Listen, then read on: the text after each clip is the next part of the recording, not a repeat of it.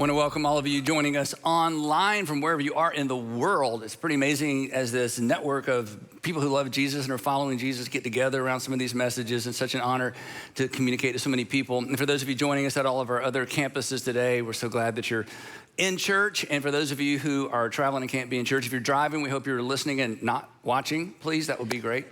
And the thing that, and I say this all the time, and I'll get to the sermon in a second, I'm so grateful for an expanding group of people who really have decided it's not simply about what we believe, but it's what we do with what we believe, because doing makes the difference. And for those of you who have shifted some of your terminology and your frame of reference from just being a Christian to being a Jesus follower, it's so powerful. And the stories that I get to hear and the things that we get to see, it's just amazing. So thanks for being a part of it. And thanks for those of you who are really all over the world who drop in different, the time zone thing doesn't throw you off. It's just amazing. Today, I am beginning a brand new series, a 3-part series entitled The Weight of Your Words, The Weight of Your Words. We've all been told, or we've all heard that, actions speak louder than words. And when it comes to first-time acquaintances or for those neighbors that first, they move in, that's probably true. That, you got to watch what they do, because anybody can say whatever they need to say to get in good with you. So actions do speak louder than words. But when it comes to our more intimate relationships, family relationships, the people that we would consider our best friends or our inner circle, the words and actions, I don't know. I don't know that they speak louder. It's tough. It's like they're right there neck and neck with each other, because words are so powerful. The more intimate the relationship, the louder, or perhaps to the point of this series, the weightier those words become, the greater their capacity, their words to leave a mark for good or for bad, to build, destroy, encourage, discourage, inspire, or actually wound. Words in those relationships are powerful, and to underscore just how powerful words are in those, those closer relationships, even, this is amazing to me, even words left unsaid, unsaid words, this is amazing, unsaid words, unsaid phrases have the potential to impact the trajectory of a person's life. Now, you may have had a different experience than me, but I've never had anyone quote to me what a neighbor or a coworker never said.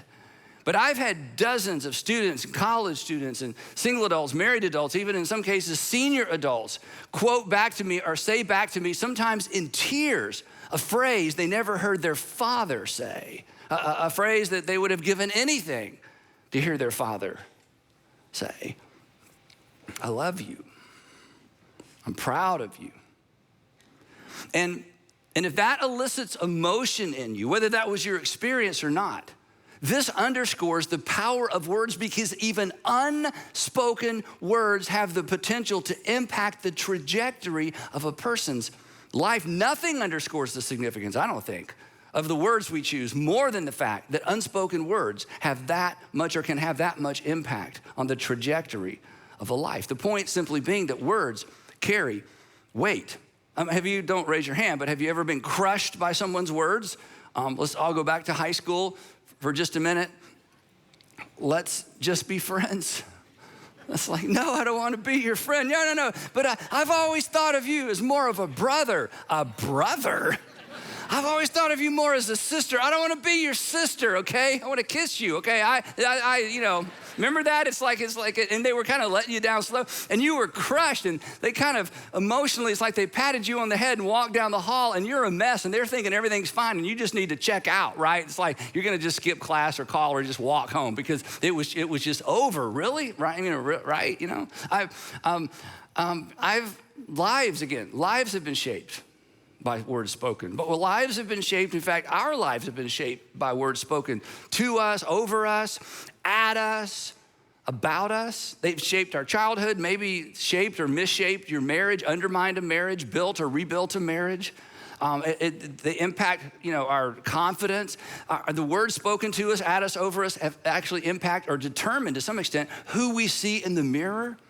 But here's the thing, and here's where we take kind of a hard right turn.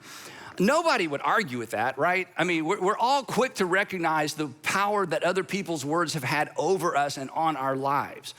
But we're often slow to recognize, and I think this is part of the problem, we're often slow to admit the fact that our words have equal power in the lives of other people. I mean, because, we've been impacted by other people's words, but when it comes to you, it's like, no, that's just me. I'm just me. These are just words. I mean, my words are just words. They're all equally weighted. They don't even weigh that much. And nothing could be further from the truth. And consequently, we use our words irresponsibly, not on purpose, but because we just don't understand or realize or recognize or embrace the fact that words carry weight, and your words carry weight and more weight than you may think in specific relationships. And the fact that words have the potential to destroy as well as build and, undermine as well as inspire, that should impact all of us, and all of us should take that into consideration. But there's a group of us that must take it into consideration. I mean, this is good advice for everybody. This isn't like a religious idea or, some sort of Christian insight. We all know that we've been impacted by the words of other people, and we all probably recognize that we should be good stewards and careful with our words. But if you're a Christian, if you're a Jesus follower, this is not optional. This isn't, this isn't the second tier. This is first tier stuff. So here's what we're gonna do. In this series, I'm gonna highlight three dynamics that are at play every time you have a conversation with someone who's important to you.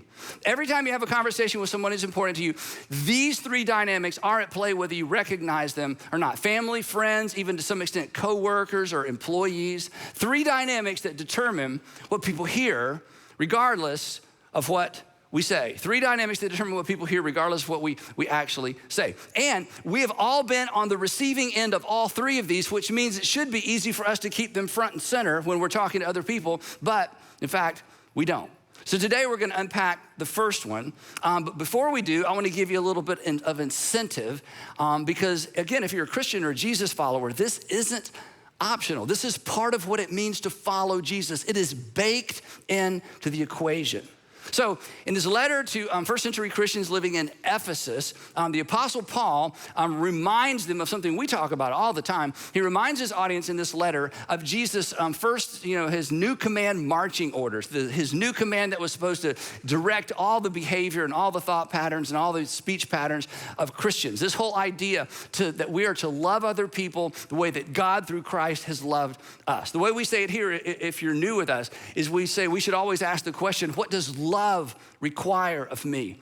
What does love require of me? When you're not sure what to say or do, ask what love requires of you. What does love require of me? And not just any kind of love, but a very narrowly defined and illustrated and modeled for us love that we see through the Lord Jesus. So here's the Apostle Paul's words. This is his way of saying what I tried to say. Here's what he writes. He says, follow God's example, therefore, as dearly loved children. And then the music changes. Violins, and walk in the way of love. And walk in the way of love. I mean, this just seems so gentle and so soft and so Christian-esque, so romantic, right? So passive, but it's not at all.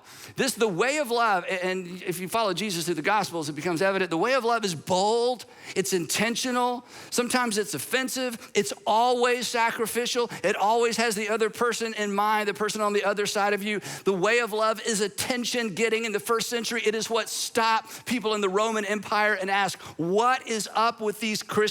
Why are they doing what they're doing? What is so different about them? The way of love is dynamic. The way of love impacts people. The way of love, as illustrated by Jesus and as illustrated and lived out by the first century believers, literally changed the world.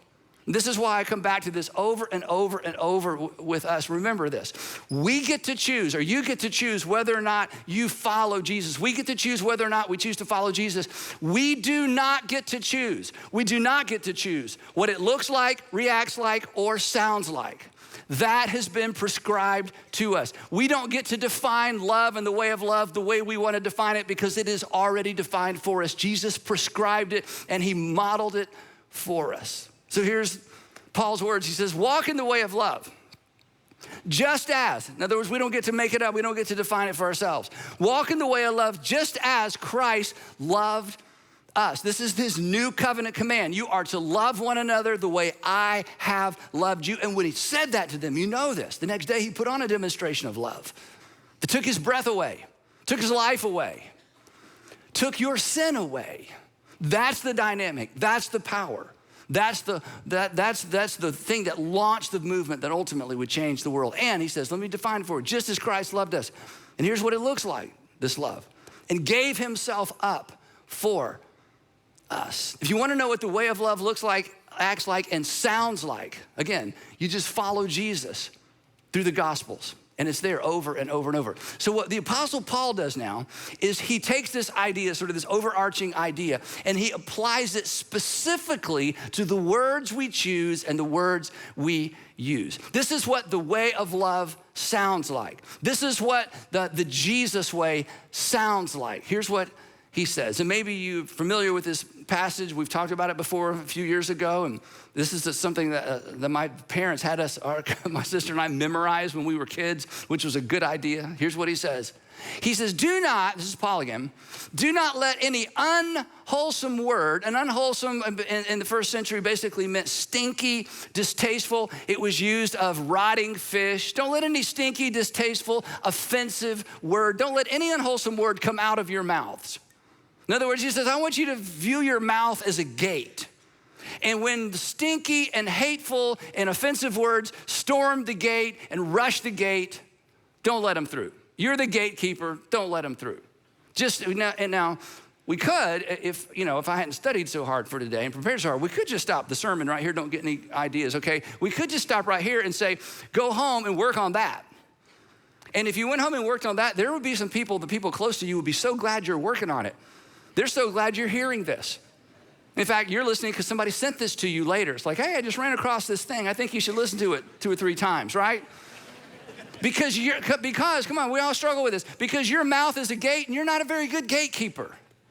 And I know how you excuse this. I mean, we're all the same. We all use the same excuses. Well, I was just being honest. I was just being honest. So let me just, this has nothing to do with the sermon. A little sidebar comment on honesty.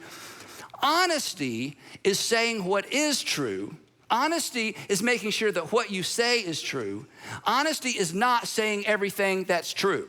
It's a big difference. Honesty is making sure that what you say is true, but honesty is not saying everything that is true. If you say everything that is true, you will have no friends. If you just go around making observations out loud, you will have no friends. You will have no job. You will have no life. So honesty is not just walking around saying everything. So when you hear yourself excusing your distasteful words, well, I was just being honest, you just remember you weren't being honest. You were being a jerk, okay? So it's different. So that's the point. So we could stop there, and if we did, somebody would be glad you did, but glad we did. But we're not going to stop there. That's the negative. That's the negative. Let no unwholesome word proceed out of your mouth. And then he turns the page and says, let me give you the way forward. But only, this is so important, but only. Now, if you're not a Christian, not a Jesus follower, all this is optional. I don't have any authority. I don't have any business telling you how to live your life. I get that. So if you're like, who are you? I'm nobody. I'm just. But if you're a Christian, if you're a Jesus follower, but only means but only, as in the only ones. He's saying but only. In other words, be selective. When you think about the words that come out of your mouth, be selective. Clear plastic purses only and no backpacks, okay? We're not letting you sneak anything out of here, but only words, this is amazing, that are good for building others up according to their needs. Now, again, when you just read that, you think, that's so soft. That's so unproductive. Can you raise children that way? Can you do performance reviews at work that way? Hey, would you mind coming to work occasionally? I don't want to be too hard on you. And maybe showing up on time and can you be a teacher in grade? Can you do this? And the answer is yes, because this is important. Paul's point was not be nice. His point is this: use your words to build others up. That's the point. Your words should build others up. Words are like building material. And when you leave the construction site, that is when you leave the conversation, the positive conversation, the not so positive conversation, the things that you should say more of and you finally started saying more of them, the things that you don't want to say because it hurts feelings but they need to be said. Whenever you leave the construction site, Paul says the person on the other side of you should be built up. They should be better for it. But, and this is where it starts to break down for me, to be honest. But in order for that to happen, for my words to build you, for my words to ensure that the person on the other side of me is built up by my words, it means I have to be a student. It means I have to pay attention to that person. It means I have to understand that person. It means I have to play into what I understand about that person. And that takes patience. That takes work. That takes, as James said, be quick to listen and slow to speak. Because Paul says the goal is to choose words and to tailor words, look at this, to their needs. Now again, this is where I struggle, and I'll tell you why. And maybe it's just me, but I'm just gonna confess this on the screen. I'm confident that what they need to hear is what I need to say. I mean, I just feel like because I have so much energy around what I need to say, that must be what they need to hear. And this is when I always have to apologize, especially as a parent. I mean, how many times as a parent, you can relate to this. You go upstairs or you go to your child's room and you say what needs to be said, and then 20 minutes later, you're up there apologizing. And you're like, why am I apologizing? I said, because you didn't say what they needed to hear the way they needed to hear it. You said what you needed to say the way you needed to say it. Paul's going, come on, grow up, be mature, guard that mouth, put a gatekeeper on that mouth. You need to make sure that whatever comes out, it builds them up according to what they need. And the reason I'm confident that they need to hear what I have to say is because I feel so much better after I've said it. Just being honest, right? I don't understand why they don't feel better. The truth is, and I'm judging you a little bit, but I'm judging myself as well. Most of us, maybe you're the exception, most of us are more dialed into what we need to say than what others need to hear. Sometimes we hesitate, if we're honest, sometimes we hesitate to say what they need to hear. Sometimes we hesitate to say what they need to hear because it's uncomfortable for us, and all of a sudden it's about us again. Sometimes we're uncomfortable saying what needs to be said because we don't want to alienate them, because we'll miss them, and again, it's back to us. Or we fear their rejection, and all of a sudden it's back to us. And before long, we're back to tailoring our words to what suits us and our need in the moment. I select my words with me in mind. This is why, listen. This is why this is baked into following Jesus, because Christianity is an others first life orientation. Christianity is an others first life orientation, which means everything about my life. And again, it is so easy to stand up here and say this with a microphone, okay?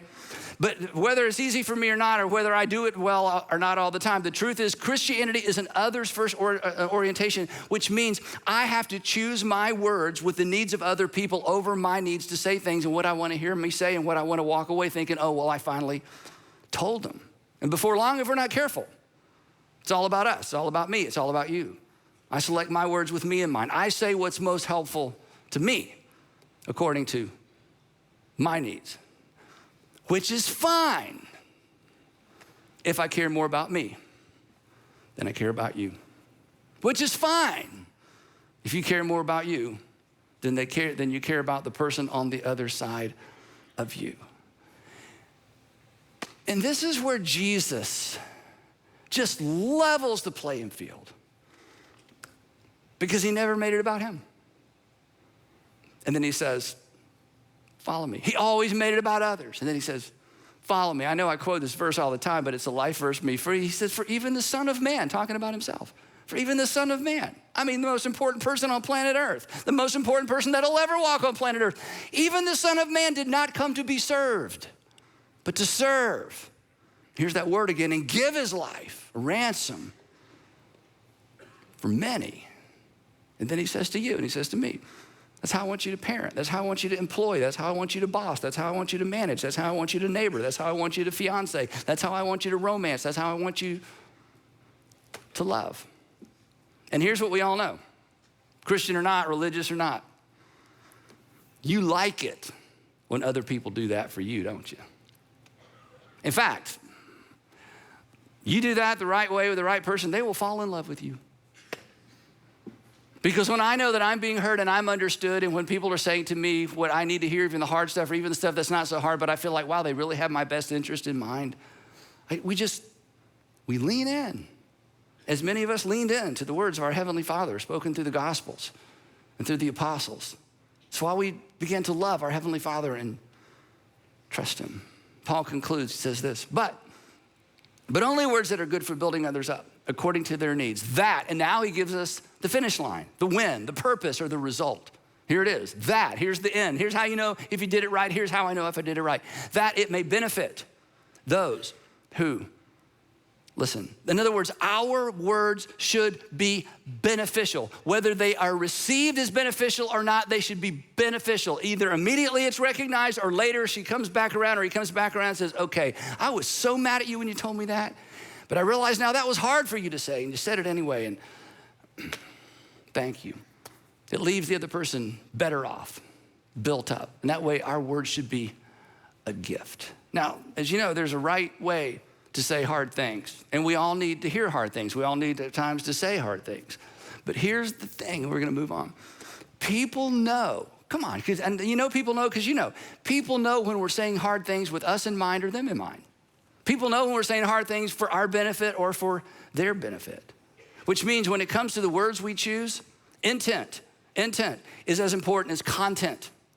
Because it is difficult to receive difficult words if we don't trust the other person's intention. It is difficult to receive negative words or words we don't want to hear if we suspect someone's intent. But when we know they really have our best interest in mind, we can receive them. And the same is true for you.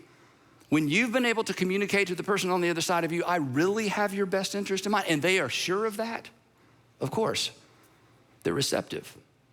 And as Jesus followers, because we have been called to be in one another's lives and to encourage one another daily, it's so important for us to get this right. So, in review, do not let any unwholesome word come out of your mouth. Only such words are good for building others up according to their needs, that it may benefit those who listen. That's what following Jesus sounds like, which brings me finally to the first of these three dynamics we're going to talk about in this series that play into every conversation with the people who are closest to us. Three things that we should take into consideration because we want other people to take them into consideration when they're talking to us, but oftentimes they don't, and consequently, because we've not focused on them, because we've not put words around them, oftentimes we don't either. So here's number one. Number one, words are not equally weighted. Words are not equally weighted. Nobody's gonna write down what I'm about to say next because we all know this, but for some reason we forget it. Negative words weigh way more than positive words. Let's just say this out loud together. Ready? All of us, all the campuses, if you're watching online, negative words weigh than. One more time, I want us to emphasize weigh, okay? Negative words weigh way more than positive words, right? Now, depending on the study you look at, and all kind of studies have been done on this, the experts tell us that you need 5 to 9 positives to counterbalance 1 negative. But most of these surveys were done in marketplace relationships. My theory, I have no science to back this up. My theory is in marriage, with your kids, with your parents, with your brother, your sister, your best friend, it's not 9 to 5, it's probably 25 or 30 to 1 positives to counterbalance 1 negative, right? I mean, think of it this way. Growing up, you don't remember much of anything you don't remember much of anything you said to your parents. But there are some things your parents said to you that you will never forget, and the ones that you'll never forget are mostly negative things, right? I mean, the conversation that began with, son, never forget. That's the only part of what they said that you remember. Son, never forget. And you don't remember anything that followed, right? But the negatives, the critical, the cynical, the comparison, those arrows stuck. They were barbed. They created wounds that maybe followed you for the rest of your life. Every time you look in the mirror, you see that thing your mom or dad said about you or your sister said about you. Nobody else notices this, but it's all you can notice because they just said it so many times. Because words aren't equally weighted, but words weigh a lot. When I was 16, I wanted to look like Peter Frampton. And when I was 16, I actually had the hair to pull this off. But it meant not cutting it off, right? And my mom loved it. In fact, to her dying day, I mean, she died a few years ago, and she would say, and she would look at me and she would put her fingers in my hair, and she'd go, where are all those curls? Where are all those curls? I'm like, they're Mom, you need to grow your hair. I'm like, I don't think so. But anyway, so she loved it. She loved it. And here's a picture. So here I am. Yeah. Now, I know what you're saying, so I'm gonna say it for you. You don't know who Peter Frampton is, but you know who Napoleon Dynamite is. And when I watched Napoleon Dynamite with my kids all those years ago, I thought, I don't know what you're laughing about. That's like my life story. Even the handle, the bicycle thing with the ramp, let's don't go there. Anyway, it was just so my life. So anyway, my mom, she just thought it was so pretty. We can move on. It's so pretty. But my dad, he did not like it. He would tell me, he said, it makes you look like a girl. You're laughing at that? I thought I would get like a sympathy moan, okay? Wow, tough crowd. I know some of you watching online, you were like, oh, that's terrible. Your dad would say this. So let me tell you about an incident. You all have these. I'm just sharing mine, okay? And don't share this outside the room. So I'm standing in the little foyer of our little house in Tucker. I was 16 years old. And I'd just gotten back from getting a haircut where I got it cut short-ish, And my dad walks up to me. I mean, I remember where I was standing. He said, and I quote, now you look like my son. Don't laugh at that. That is not the laugh line. I know now you look to me, now you look like my son. And I still remember what I thought in that moment. I thought, whose son did I look like an hour ago? And how did I respond to those words that today I still remember them? I followed in my father's footsteps and worked for him for 12 years. Because those weren't the only words he said. But I will never forget those.